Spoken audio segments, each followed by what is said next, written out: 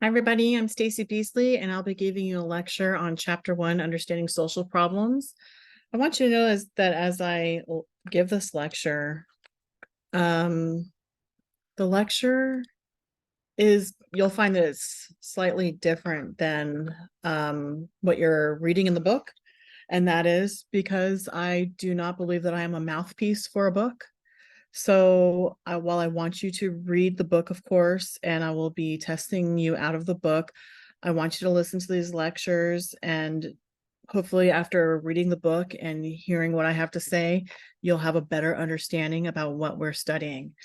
So how do we study social problems? I start off with this wonderful graffiti image from Banksy, who is a very famous graffiti artist. Nobody knows who he is, truly. And this is something that he put up on a wall in the world somewhere. And it says, society gets the kind of vandalism it deserves. And in reflecting upon this, I want you to think about vandalism and how it is a reflection of society. That art is a reflection of our culture, just as, literature and television, film, jokes, they're all a part of a part of our culture. And so therefore the art, including graffiti art, the art that nobody asked for, that is being espoused, is also reflects the chaos of our culture, the unsatisfactory aspect of people that want to be heard, and there's no space for them to be heard, so to speak, or show their work. And so you get what you deserve, in a sense, from according to Banksy. So let's look at how we study social problems. And so you're taking a class that's a sociology class. So just so you know, that depending on, what book you look at, the definition is going to be slightly different. So what I want you to remember is that, sociology is the systematic study of human society. And so, social problems then therefore are things that are happening in our society. We take an academic and scholarly approach to studying them. So this is a discipline that engages in the systematic study of human society and our social interactions, when we're looking at specifically social problems. So what is a social problem? It is a social condition that was created because of the way how we're acting together, how we are behaving together, parts of our culture. So poverty, discrimination, crime, pollution, and it's also part of our behavioral patterns. It's the way that we do things. It can be, substance abuse or domestic violence, for instance. And, for it to be considered a problem, it usually has to disadvantage or does harm to a large number of people. And therefore, the causes and consequences and the sources of possible resolution are also social in order to undo them. And so these social problems warrant public concern and action. And so in thinking about them, a lot of people think about the problems that they're facing today. And so you want to ask yourself, is it an individual problem? Is it something that only is affecting me, or are there social forces out in the world that are contributing to what I'm experiencing? So in order to determine whether or not this is a social problem, you want to think about, is there a public outcry, asking for people to alleviate this social condition?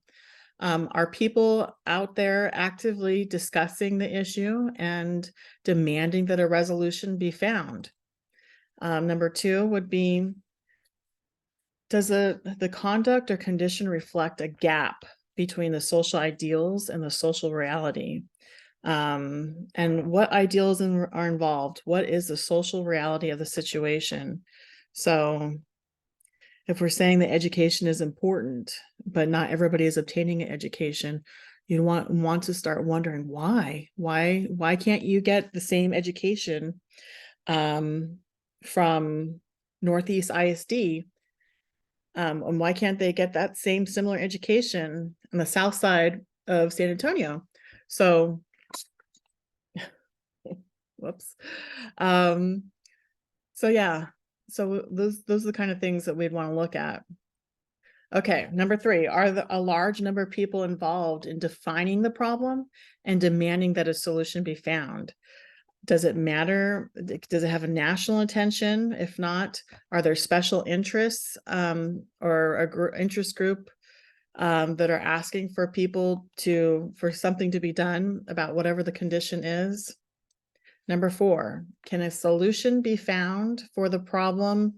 If not, can we reduce the problem or alleviate the suffering of or from it? So those are the 4 things you need to ask yourself in deciding, is this a social problem? And usually those social problems, you know, having a response from a governmental response or having other agencies respond, um, that would probably indicate whether or not it is a social problem. So here's some contemporary social problems: wealth and poverty, racial and ethnic inequality, gender inequality, age inequality, sexual orientation inequality, prostitution, pornography, and the sex industry, alcohol and drug abuse, crime and criminal justice system, healthcare, the changing family, problems in education, problems in politics and the global economy, problems in the media, population, global inequality, the environmental crisis that we're facing currently, terrorism. And so other controversial issues in American society today are affirmative action, immigration, sexism, welfare reform, inner city crimes, income inequality, racism, hate crime, and fat acceptance, just to name a few. So I'm sure you might be able to add to this list if we are all sitting in the same class together.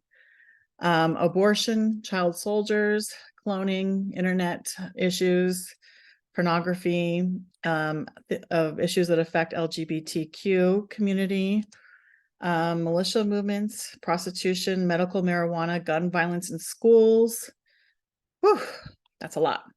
Okay, so when we think about society, C. Wright Mills in 1959 wrote about what's called the sociological imagination. And what he said was, this is the ability for someone to connect personal problems to public issues. So social problems then are often matters beyond a person's control.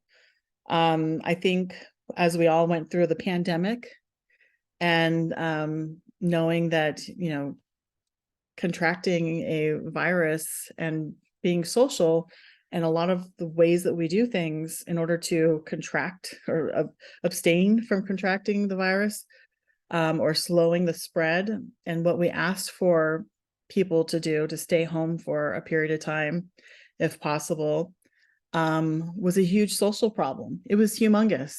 And so I think a lot of Americans definitely understood the extent to which like social problems can be made better or made worse in certain environments. And so, yeah, what we experienced during the pandemic definitely, while there might have been some individual problems occurring, that was a humongous social problem. And so it was beyond one person's control. However, in order to alleviate the suffering from it, our government asked us to do certain behaviors. And so whether or not we complied with them, or even if the government had a good response, was also part of that problem. Okay, so from this standpoint, the sociological imagination, what C. Wright Mills wanted people to do, or what he was talking about, what he was writing about, was the ability to shift a focus from a larger social context and recognizing that, if you lost a job, that it because, hey, maybe the person was just not in compliance and had multiple write-ups. That would be an individual problem, right? They couldn't correct themselves.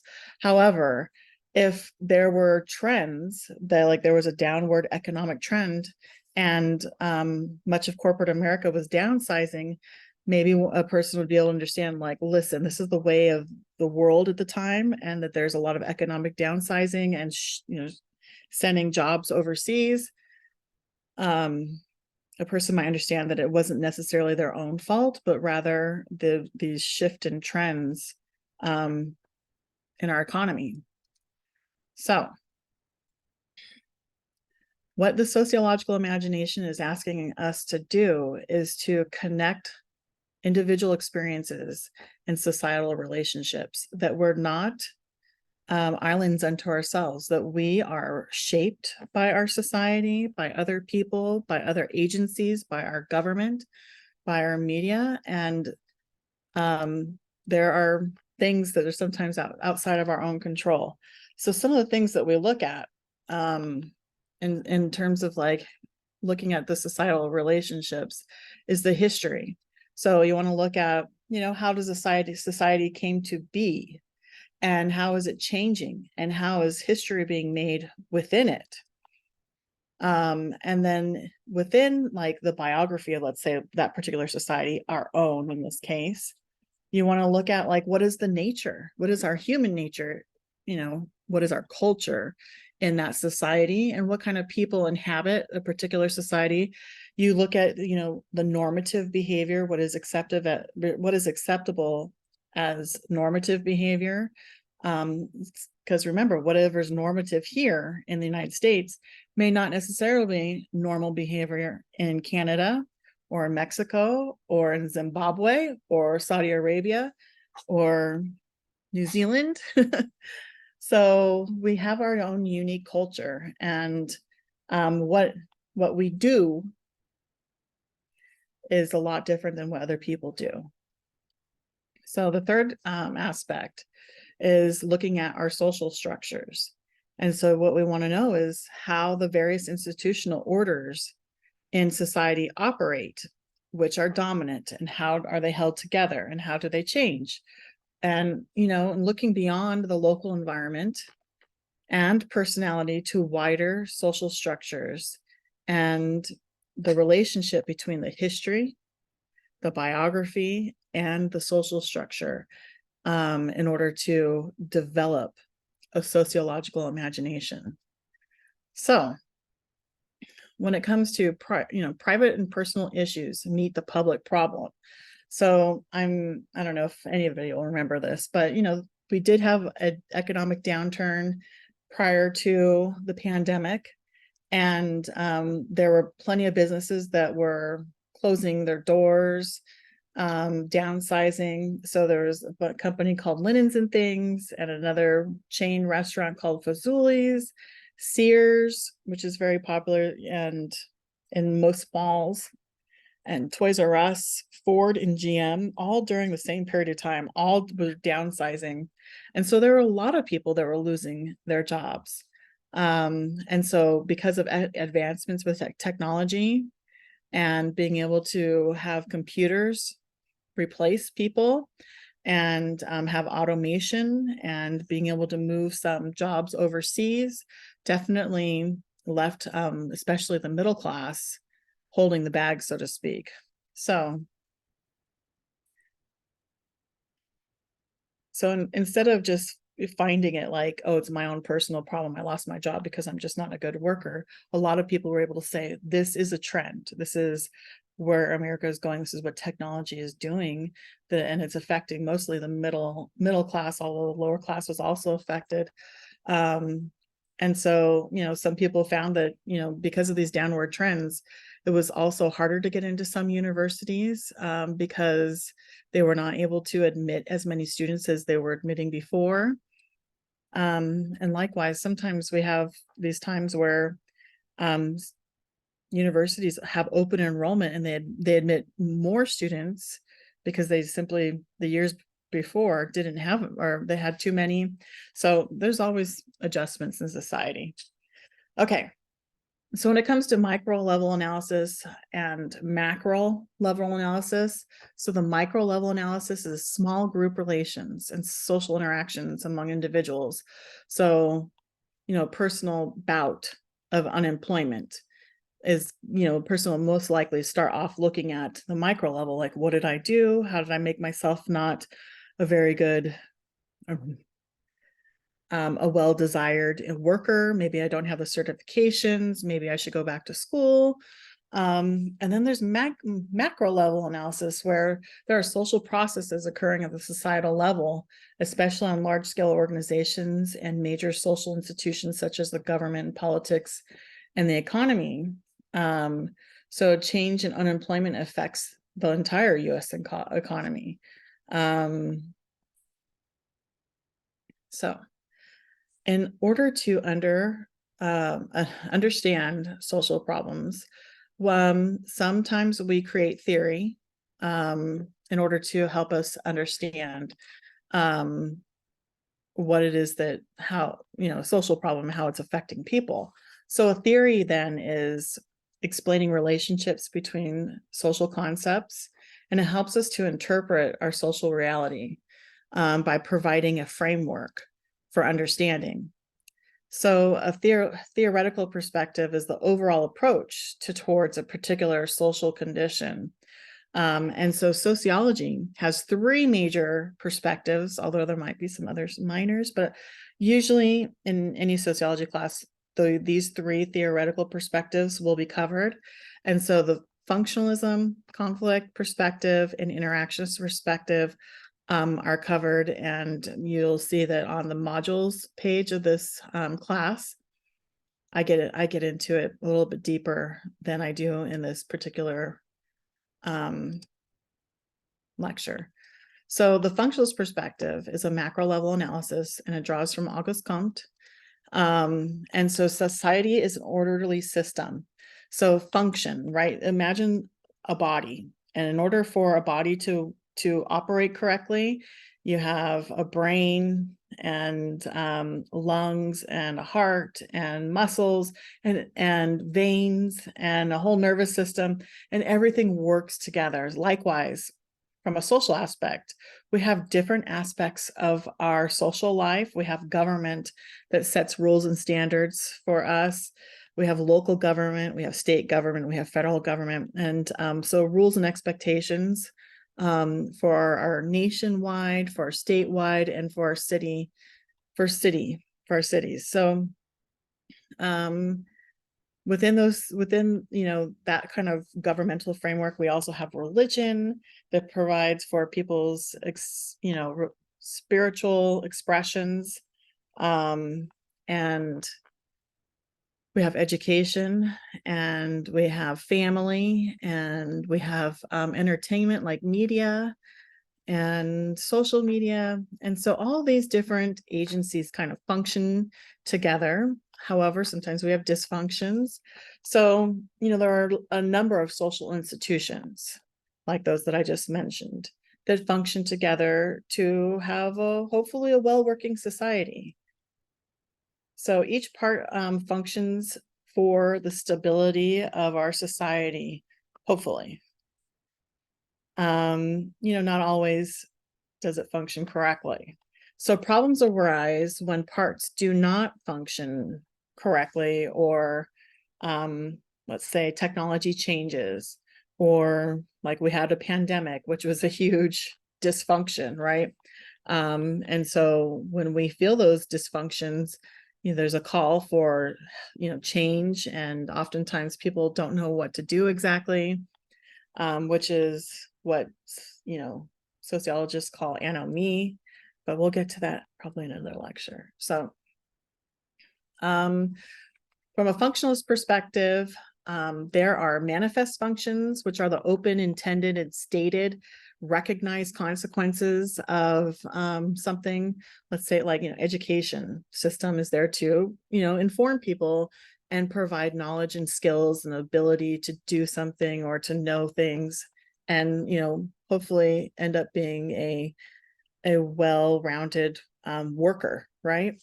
However, there's also latent functions, which are the unintended or hidden consequences of a particular social institution. And so an unintended function for education could be like, keeping kids off the streets. For college age students, the latent function is that it would provide a meeting ground for eligible people to meet up and maybe find a partner. Those are not like stated and intended sort of functions, which, at college and universities, as to, train people in education in a specific discipline. However, we also know that young people at a certain stage of their life are looking to pair up, and that also happens. And so that would be definitely a latent function. So dysfunctions then are the undesirable consequences that inhibit a society's ability to adjust. And sometimes, it can lead to social disorganization. So yeah, like I showed you with the Banksy graffiti art, that the graffiti art showing up on public spaces is definitely a dysfunction of a person that is disaffected, that doesn't have access to express themselves in legitimate ways, and so therefore are, in a sense, Merton would say, innovating their own way of having their ideas shared with the world, whether society likes it or not. So yeah, lots of dysfunctions out there. So the conflict perspective then is a macro level analysis, and it views that society is in a struggle over scarce resources. And so, some groups benefit and maintain their privileges, while other groups are disadvantaged and struggle to get a piece of the pie, so to speak. So attributes social problems to contradictions in society. And so this particular perspective is heavily dominated by the thoughts and philosophy of Karl Marx. And his ideas on social class and class inequalities. So, he would argue that, there are people that have power and want to maintain their power in society. And in order to do so, they displace and create policies and procedures that keep people asunder. And so I do want to remind you that, here in academia, at the college, that a lot of people, I think, have said, because of our economic system that we're in, right? We're a capitalist economy. We are not a socialist country. So a lot of people have not a favorable attitude towards Karl Marx and his ideas, because they essentially like are in conflict with capitalism. And Karl Marx essentially said that capitalism will eventually fail. And some Marxists have said that that's already true, and that when in 2008, when our government funded so much of the banking industry and other industries, that was the beginning of the end of capitalism. So, I'm here to say, it doesn't look like it's ended. But that definitely was a big bump in the system. If the capitalist system is essentially to say the best businesses will come because of if they have good business practices, then the bad businesses will fail. And in 2008, what we saw was our government refused to allow financial institutions fail, because we didn't know what the implications would be on our society, and therefore our government essentially, instead of supporting from a bottom up, gave from the top down. So in any case, that's maybe a different class, but a lot of people in our society do not have a favorable attitude towards Karl Marx. But I do want to hope that you will be open to understanding some of his ideas and understand that where he was coming from in his lifetime, when he was writing about, when he wrote with Engels, the Communist Manifesto, and know that when he wrote the Communist Manifesto, it was he was writing, you know, about a lot of really important topics in his time, you know, and industrialization was happening, and a lot of people were suffering as a result of these huge technological changes. And so yeah, ideas are important to expose yourself to, and understanding their history and his place in them, his words in those places, and understanding that there's still some context where it's very important to use his framework, the philosophy, in order to understand our social processes. And so, yeah, don't be intimidated by that. Okay.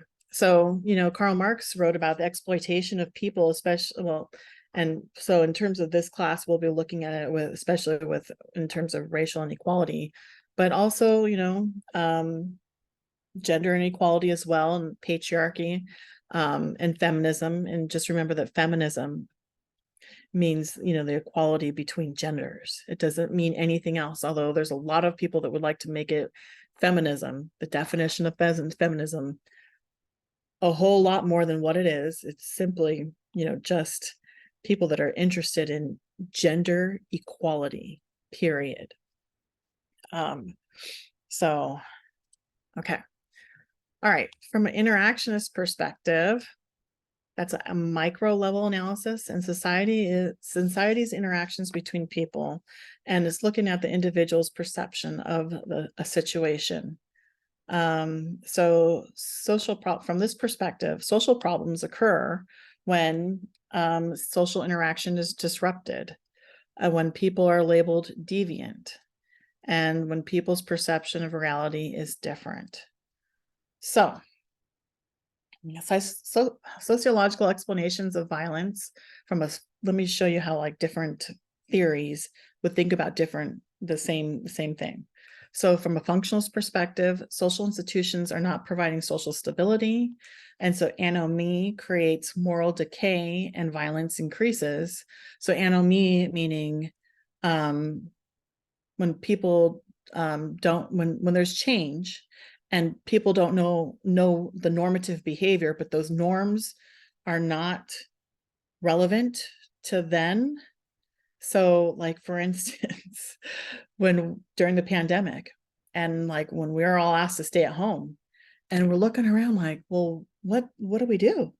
And nobody knows. Like, I don't know. Just hang out, watch some TV, maybe watch the report from, you know, President Donald Trump, and you know, stay tuned. So there's a lot of people that didn't know what to do with themselves, and like, wait a minute, we're being asked to not go and perform the normal function of our job. We're going to do it from home now? Like, what does that look like? So it would cause a lot of stress, and it caused initially it caused a lot of stress, and it caused a lot of people to be upset to be asked to stop doing the normal function of their daily life. And it was difficult for a lot of people. So so what we know is that the instability can cause moral decay, things to break down, right? And violence can increase, but what we saw in the pandemic is that violence actually went down because we were no longer being social. So from a conflict perspective, response to inequalities is that economic and racial exploitation leads to violence. So, you know, if one has more power than the other, and one group that is the majority is maintaining their power by creating policies and practices that put other people asunder, and when they protest, you know, perhaps violence can happen. Oh, excuse me. And so symbolic interactionists would say that there are learned attitudes and values that people adopt. And so violence results from situational transactions. And so the symbolic interactionist is like, it depends. You know, everything depends. It depends on the parameters at the time. And so they wouldn't be committal to like a functionalist perspective or a conflict perspective. It'd be like just that particular interaction. Okay, so from a functionalist perspective, when it comes to like the idea of violence, the functionalists would say that families, schools, and religion must be strengthened. Whereas a conflict perspective would say that changes need to happen politically and economically in order to bring out equality. So, I mean, you could think as I'm going through these, what your own personal philosophy and outlook towards the world,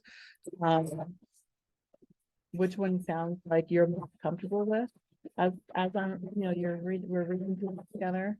So because I think most people will gravitate to some things, like the functionalist is probably the most conservative perspective, while the conflict perspective is like, no, let's turn over the apple cart, find the bad apples, get rid of them, and recreate it so that all the apples, so that everybody is equal, so that everybody is getting their needs met, because there's enough for everybody. And so the conflict perspective is saying there are competing groups, and in order to make them not compete, let's challenge the system in order to fix it, to make it better, to bring everybody's needs met, to meet everybody's needs. And so the interactionist perspective, or symbolic interactionist perspective, would say that when it comes to violence, change and societal values encourage excessive competition and therefore violence. So there's 3 perspectives on violence. So I just want to remind you, because I'm not going to go through all the other portions of the book. In order to come to our conclusions, the social research methods, and there's field research methods. So I want you to know that sociologists are not just coming up with like ideas and just espousing whatever we think and voting for the best methodology. Like, we are doing, this is data driven social science, and so we study social life in natural settings. We observe, we do interviews, in some settings we do participant observation, where like we are participating as observer, as a researcher in a setting. We do things like in-depth interviews. We also do focus groups where there's, let's say, 8 to 10, I don't know, a small group of people talking about a certain subject. And I think sometimes focus groups are really important, especially if you're going into business, to learn how people think about something, how they think about a product, how they would use a product, how they can relate to like just naming of a product, how they would use the product if they were given. In any case, so not just business, but of course, this is social sciences. So what, it's really good to find out what are the needs of a neighborhood or of a community. If like there's social unrest, things keep happening here, the police keep getting called out. So having focus groups where one person's in charge of keeping the discussion rolling, and the focus group is like basically they talk about a subject in turns, but they collaborate in their focus on whatever it is that they're trying to investigate. So all right, let me keep going here. So we also do survey research, where you can fill out a survey, a questionnaire that requires you to participate for so many minutes, and that's probably the most often used type of research. And you can think about every 10 years when you fill out the US Census, that is the type of survey research. It's a population control, not control, the population estimates are based on those responses to the census. And so, there's oftentimes they're self-administered, like you get them in the mail or you get them in an email, or your company that you work for might ask you to sit down and log into a computer and complete them. So they can be also face-to-face interviews. However, like I put here the UCR, which is the Uniform Crime Reporting. So whenever the police show up and there's been a crime that has occurred, they usually have to fill out certain reporting so that they can track what kind of crimes are happening in the city and where. However, when, let's say, a hate crime occurs, they would um, fill out uniform crime reporting, and that is specific for hate crime. And that goes to the federal government, and the federal government gathers it and synthesizes the data and reports on it back to us. And so you can Google UCR data and look at hate crime, or you can Google NCVS, National Crime Victimization Survey, and see what kind of crime is happening in your local area, in the state, or on a national level. So it allows us to study a large population like the nation, or like the student body here at NLC. You could do both. So we also look at secondary analysis. So let's say some data has already been combined and they've already reported on it. I, as a concerned citizen, or concerned social scientist, can obtain some of these data sets and look at it, over time, and then I can create my own observations based on those statistics, and then report on them, make my own report. And so the best thing about this is it's unobtrusive and it's cheap, because somebody's already done all the the dirty work of doing the social research. It's just you're taking data and running statistics and then reporting on those. So sources include the US Census, like I mentioned, UCR, the National Crime Victimization Survey. And so the other benefit is it's not direct. You're not directly contacting the subjects, so we don't have to worry about paying people to administer a survey, or paying for printing out or mailing or any of that stuff. So it's the cheapest way to go if you want to do that. We can also do things called content analysis, where we look at, let's say if we want to look at themes in music, in rap music or in rock and roll music, that are sexist or are anti-LGBTQ. And so you can essentially, let's say if you're going to look at whatever type of music that you're interested in, and then you get a list of all the let's say rap songs that were in the last year, and then you put them in alphabetical order, because everything has to be systematic, right? You want to be systematic about it. Put it in alphabetical order, and then you would select, let's say, every seventh song, and then you only look at those seven songs, and therefore you can do a content analysis based on what you found in those songs, that helps you to reduce by taking a sample of what was available during that particular year. So these are all different ways of doing of using secondary analysis in order to report on what is happening in our social world. So just real fast, how do sociologists do our research? We can do either qualitative analysis, where we're doing one-on-one observations. We're observing humans interact in places like parks or stores or public places. And you can either be a participant or not, where you're not in the vicinity, but like maybe another observation room, or where you're just difficult to see. Maybe you can by watching through cameras, or by doing interviews or peer groups. That would all be considered qualitative. Now, quantitative is more numbers based or statistics heavy. So quantitative analysis would be like doing content analysis and studying documents and their sources of data with their firsthand, and then using statistical procedures and mathematical programs to come up with various numerical measures of the issue and whatever you're trying to analyze. So this is, whenever you see like bar charts and things like this, pie charts or whatever, know that that's quantitative analysis. While qualitative analysis are usually firsthand accounts of an issue, and it can be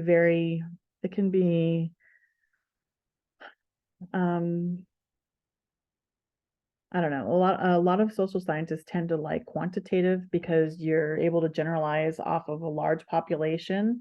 And while qualitative, the unique part is that you can get firsthand experiences about something, and you may find out something new about something that you would have never learned by just getting running numbers, because they're looking at anyway. So when you have like a focus groups with qualitative interview, like qualitative or interviews, or focus groups, you might be able to learn something new or have more in-depth information.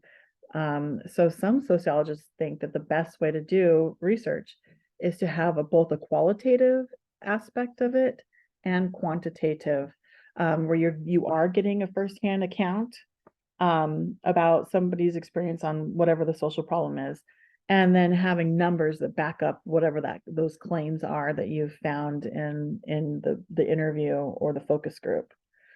So this is just, an image of, what it might look like to have a one-on-one interview. And the next image is more of a focus group where, like, people are sitting around and they're talking about a specific topic, and they're trying to go in depth on how this affects them, and variables, and about why certain things are happening, and what's important to them. So I'm going to leave you with that. If you have any questions about chapter 1, please feel free to reach out to me. I'm here to answer your questions. Have a lovely day.